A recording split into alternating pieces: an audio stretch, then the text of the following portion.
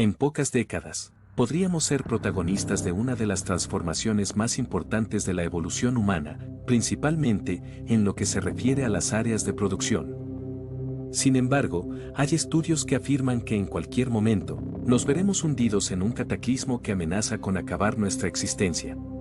Surgen estos eternos debates que nos alertan y nos invitan a investigar con profundidad, ya que no es tan sencillo imaginar que en cualquier momento llegaremos a nuestro fin. Recuerda que el ser humano siempre busca tener esperanza. De seguro, te has preguntado, ¿cuál es el impacto más relevante que tendrá la tecnología en la vida cotidiana? ¿Cuáles son los estudios que apuntan a la extinción de la humanidad? ¿Podrá el ser humano seguir desarrollando tecnología o se le acabará la creatividad?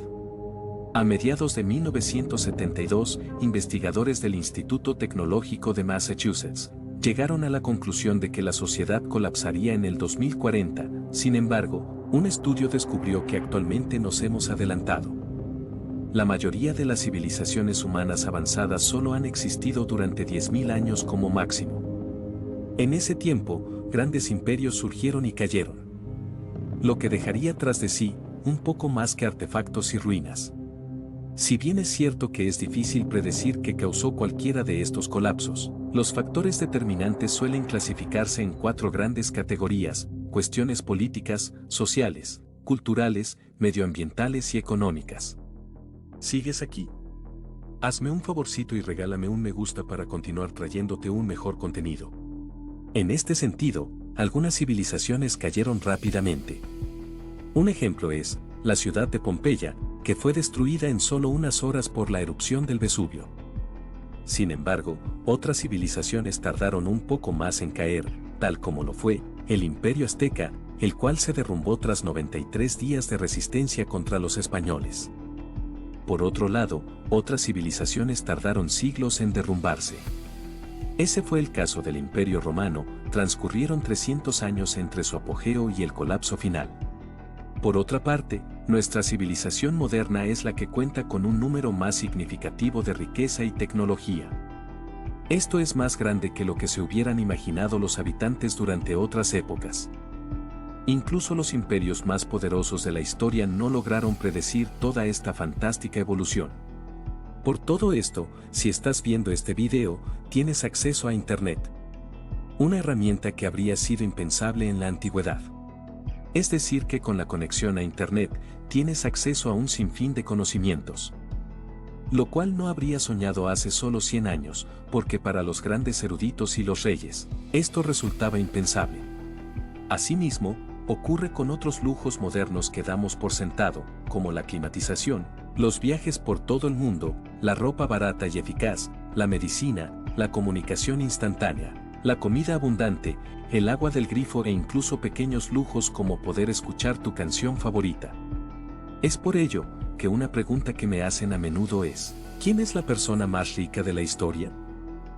La respuesta: Elon Musk, o al menos lo era hace una semana, cuando valía más de 270.000 millones de dólares. Sin embargo, su puesto en la cima podría haber cambiado, dependiendo de la ocasión en que veas realmente este video. Pero un momento, volvamos a darle un vistazo al pasado. ¿Qué ocurre con Rockefeller, los Rothschild, los Romanov o incluso ese monstruo de Muse que la gente no para de mencionar? ¿Qué pasa con cada uno de ellos? Claro que eran ricos para su época, no obstante, esa época a la que tanto le daban valor era de pobreza casi universal.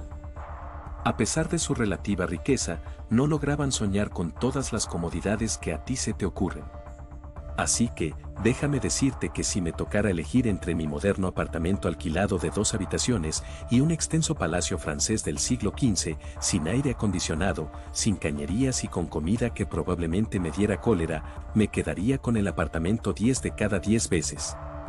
Y tú eres tonto en caso de que no hicieras lo mismo. Esto no acaba aquí, aún no he mencionado la guerra. Sin importar lo que la gente pueda pensar viendo las noticias o leyendo en Internet, en realidad, vivimos en una de las épocas más pacíficas de la historia. La razón es una combinación de tecnología, educación y cooperación mundial. Incluso las naciones que tienen sentimientos hostiles entre sí, también comparten cierta dependencia unas con otras. Incluso son más dependientes que los aliados más cercanos en la época de Napoleón. ¿Por qué ser hostil cuando se puede ganar dinero? Puede parecer superficial, pero es algo bueno, aunque cambiante. Si en la actualidad comparamos la economía global moderna con los mayores imperios de la historia, sería como comparar un motor a reacción con un burro. No es una exageración, ya que así de mejores somos hoy. Sin embargo, este es realmente el problema. Claramente, un motor a reacción es más rápido y potente que un burro, pero es menos resistente. Un pequeño fallo en su red increíblemente compleja de componentes interdependientes podría inutilizarlo por completo. Lo peor es que se mueve tan deprisa y vuela tan alto, que con el más mínimo contratiempo se convierte en catastrófico. La mayoría de los que vivimos hoy en día, en especial los que estamos sentados en casa viendo videos de internet en nuestros teléfonos inteligentes, no sabríamos sobrevivir mucho tiempo al no tener comida al alcance de la mano, a veces literalmente entregada en nuestra puerta. Pero me estoy adelantando, y estoy empezando a sonar como una especie de trastornado que se ha preparado para el fin del mundo gritando, el fin está cerca. ¿Recuerdan el estudio del MIT, que predijo que la sociedad se colapsaría debido a la forma en que estamos utilizando los recursos del mundo? Bueno, estudiaron para ello distintas formas de medirlo y descubrieron que nuestra sociedad no es sostenible. Este estudio fue uno de los primeros en utilizar ordenadores para modernizar esto. Cabe destacar que no soy informático, así que hay mucha gente que podría explicar qué es la dinámica de sistemas mucho mejor que yo. Pero en resumen, se trata básicamente de un programa informático que intenta reproducir el funcionamiento de sistemas complejos de la vida real reproduciéndolos en el software. Hoy nos suena muy familiar, pero recuerda que esto ocurría en los años 60 y 70, cuando los ordenadores tenían este aspecto y tanta capacidad de procesamiento como tu hervidor de agua. A pesar de estas limitaciones, el equipo del Instituto Tecnológico de Massachusetts acabó creando el Mundo 3, que era un modelo informático de toda la economía mundial. En efecto, el programa lo modelaba todo, desde la forma en que crecen las poblaciones hasta la cantidad de industria que tiene un lugar. A su vez, era importante porque mostraba cómo todo interactuaba entre sí. Por ejemplo, una población numerosa necesitará más recursos, como alimentos y agua, pero una población mayor puede conducir a una mayor innovación. Dicho esto, con una población de 8.000 millones, tenemos más posibilidades de encontrar personas como Tesla o Da Vinci, que hace 100 años cuando la población mundial era de solo 2.000 millones. Los macroeconomistas suelen bromear diciendo que cada vez que se realiza un cambio en la economía, también cambian al menos otras 3 cosas. Ciertamente, es más fácil suponer que todas las demás cosas permanecen iguales cuando modernizamos algo. Esta suposición se denomina ceteris paribus. Se puede decir que esta es una buena forma de ver la causa y el efecto de forma aislada. Para entender mejor esto te explicaré lo siguiente: un impuesto a los refrescos. La gente comprará menos refrescos porque serán más caros. Sin embargo, en el mundo real, nada permanece igual solo porque es más fácil modelarlo así. Predecir el futuro ya es bastante difícil y casi imposible si no tienes todo en cuenta. Eso es lo que intentó hacer Mundo 3, este programa tenía sistemas para modernizar todo, desde las tasas de natalidad hasta la tecnología agrícola. La idea principal era la siguiente: todas estas variables eran muy importantes para mantener los estilos de vida modernos de los que disfrutamos hoy en día. Pero como interactuaban entre sí, eran propensas a los bucles de retroalimentación. De esta forma, la idea de un bucle de retroalimentación procede en realidad de las actuaciones musicales. Es por ello que si alguna vez has acercado un micrófono a un altavoz, conocerás el horrible sonido agudo que sale de él. Esto es ocasionado porque el micrófono escucha un ruido fuerte. Luego, le dice al altavoz que amplifique y reproduzca ese ruido fuerte aún más fuerte, solo para que el micrófono vuelva a captar ese nuevo ruido fuerte. Debemos enfatizar que ese mismo tipo de efecto puede producirse en las economías. Un caso sería, si nacen menos niños, al final habrá más ancianos. Esto ocurre porque ahora la gente vive más que antes. Por tanto, si hay más ancianos, los trabajadores más jóvenes tendrán que utilizar su dinero para cuidarlos, puede ser cuidándoles en casa o pagando impuestos para ayudar a financiar programas que cuiden de los ancianos. Esta presión financiera, significa que los trabajadores más jóvenes tendrán menos tiempo y dinero para fundar sus propias familias.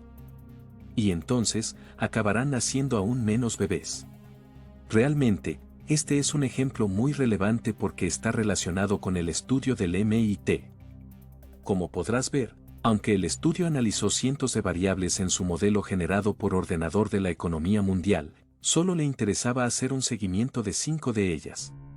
Hoy por hoy, hay muchos factores que afectan a cómo vivimos y trabajamos en el mundo. Entre ellos está la población, la producción industrial, la producción de alimentos, los recursos disponibles y la contaminación.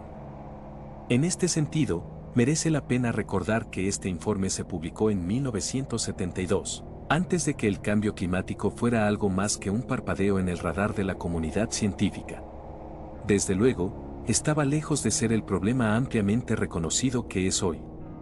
Lo más probable es que si el documento se reprodujera en la actualidad, también incluiría las temperaturas globales, pero no fue así. Ahora bien, a pesar de ello, debería ser capaz de ver que todos estos factores individuales son muy importantes para la forma en que vivimos y trabajamos en el mundo actual. Pero quizás lo más importante sea, de nuevo, cómo acaban interactuando entre sí. Es por ello que los investigadores afirmaron que es difícil deducir el futuro con exactitud, pero lo que sí estaba claro es que el descenso de la población podría llevar a una disminución de la producción de alimentos, o bien, una disminución de la producción de alimentos podría provocar un descenso de la población. Por otro lado, tenemos que los investigadores podrían haber publicado su artículo un día antes de que se desarrollara el diseño de un reactor de fusión comercialmente viable. Pero no lo hicieron. Así que, lo que decidieron en su lugar fue ajustar las condiciones iniciales y ejecutar la simulación una y otra vez. En algunas simulaciones, supondrían que la innovación se mantiene a un ritmo constante y que la productividad de los trabajadores sigue mejorando al ritmo actual. Sin embargo, en otras simulaciones, supondrían que la innovación tecnológica sigue acumulándose sobre sí misma, lo que significa que cosas como la recolección de recursos del espacio o el cultivo de alimentos en laboratorio se hace posible. En este contexto, algunas personas piensan que la tecnología dejará de mejorar, y que no habrán grandes avances que sean relevantes en un futuro cercano, pero esto podría no ser cierto. En el pasado, la tecnología ha ido mejorando a un ritmo constante. Por ello, cada pocos años los ordenadores son el doble de potentes que antes. No obstante, hay límites para la evolución de las cosas y puede que ya los estemos alcanzando. Existen algunas tecnologías nuevas que podrían mejorar aún más las cosas, pero desconocemos con seguridad si funcionarán o no. Por otro lado, hay creencias de que gran parte de la tecnología actual consiste simplemente en que las empresas encuentran nuevas formas de hacer publicidad. Sin embargo, no es exactamente de esa manera, hay otras cosas que entran en juego. Los investigadores de este informe intentaron averiguar qué ocurriría si sucedieran cosas diferentes, como por ejemplo, si la gente tuviera más bebés o menos, también si se lograra más comercio con otros países o menos. En este orden de ideas, intentaron pensar en todos los resultados que podrían ocurrir. Luego realizaron un promedio con estadísticas sobre las trayectorias de 5 factores cruciales, para determinar dónde acabaría la humanidad. Como cabía esperar, los investigadores obtuvieron una serie de resultados diferentes al cambiar las variables de sus modelos. Pero todos los resultados tenían algo en común, todos mostraban un descenso significativo hacia 2040. Por supuesto, es imposible abordar todos los miles de resultados potenciales que se modelaron. No obstante, los investigadores se centraron en unos pocos que caían dentro de la desviación estándar de todos los resultados potenciales. El primer resultado, posiblemente el más optimista, se denominó escenario tecnológico global. Se trataba de un modelo en el que seguimos viviendo como hoy, pero la tecnología progresa con la rapidez suficiente para garantizar que nuestra capacidad productiva pueda seguir el ritmo de las nuevas personas que necesitan alimentos, cobijo y ropa. Es cierto que, el modelo sigue prediciendo un descenso significativo de la producción de alimentos debido a la contaminación y al mal uso de la tierra, pero ese problema se aborda mediante la innovación tecnológica. La población empieza a estabilizarse hacia 2040 debido a que las personas más ricas de las ciudades tienen menos hijos, no porque la gente se muera de hambre. En este modelo, la producción industrial alcanza su punto máximo y luego disminuye, lo que normalmente indicaría un nivel de vida más bajo. Sin embargo, esto se contradice casi totalmente por el uso más eficiente de los bienes que tenemos. Por ejemplo, si mañana la tecnología llegara a tal punto que tuviéramos coches que se condujeran solos, entonces se reduciría enormemente la necesidad de poseer un coche individual. Esto probablemente provocaría una caída de la producción industrial, pero no es que fuéramos más pobres por ello. Es solo que, de repente, un coche que antes servía a un solo hogar ahora puede compartirse eficazmente entre docenas. De hecho, esto es a lo que se refería el Foro Económico Mundial cuando dijo que no poseerás nada y serás feliz por ello. Puede que no sepan cómo comunicarse con el público en general, o que les guste enfadar a la gente. El uso más eficiente de los recursos también reduciría la contaminación, y garantizaría que las materias primas nunca se reduzcan a la nada. Esto no sería un resultado terrible y puede que no viéramos el mismo crecimiento exponencial del nivel de vida, pero tampoco sería un colapso de la sociedad. Por todo esto, comprendo si no te sientes cómodo confiando en que las nuevas tecnologías nos salvarán. Los investigadores que han publicado este informe tienen una alternativa. El llamado escenario del mundo estabilizado es lo que ocurriría si el mundo se limitara a mantener su ritmo actual de innovación y al mismo tiempo invirtiera fuertemente en cosas como fuentes de energía renovables y procesos de reciclaje de materiales.